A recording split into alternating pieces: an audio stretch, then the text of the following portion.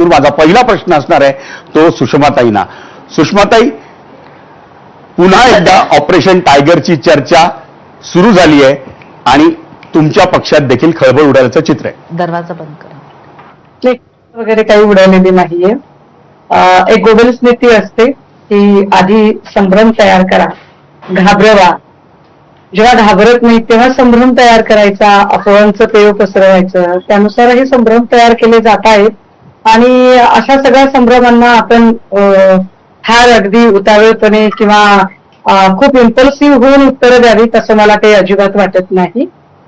ठीक आहे, भाजपा असेल, आता भाजपाने जन्माला घातलेली शहासेना, तर त्यांच्याकडून अपेक्षा काय असेल बरं?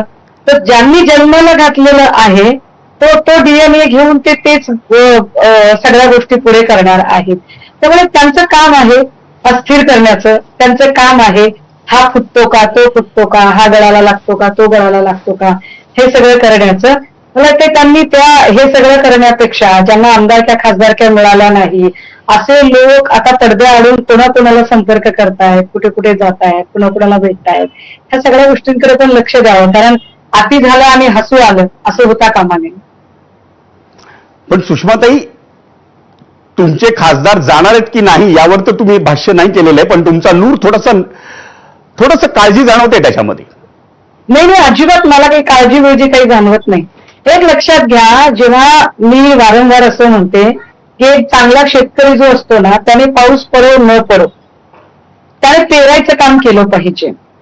उगवेल नाही उगवेल ते नंतर, पण त्याने पेरलं पाहिजे. ठाकरेंचा पक्ष माणसं पेरणारा, नेते पेरणारा पक्ष आहे आणि कितीही वेळा पीक घाट्या बुरड्यात आलं तरी ज्याला पीक चोरायचंय तो चोरण्याचा प्रयत्न करणार आहे.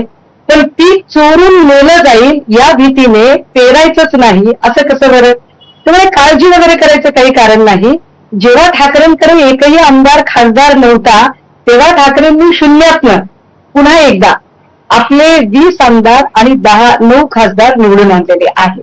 आता हे 9 खासदार 20 आमदार यातनंही पुन्हा जर काही लोकांना चोरी करायची असेल, काही लोकांना घाट्या बुरड्यात आलेलं पीक कापून देण्याची घाई गडबड असेल, स्वायत्त यंत्रणा आपल्या सोबत आहेत आणि आपण वाटेल ते करूच शकतो असं वाटत असेल तर तसं वाटणं त्यांना स्वाभाविक आहे.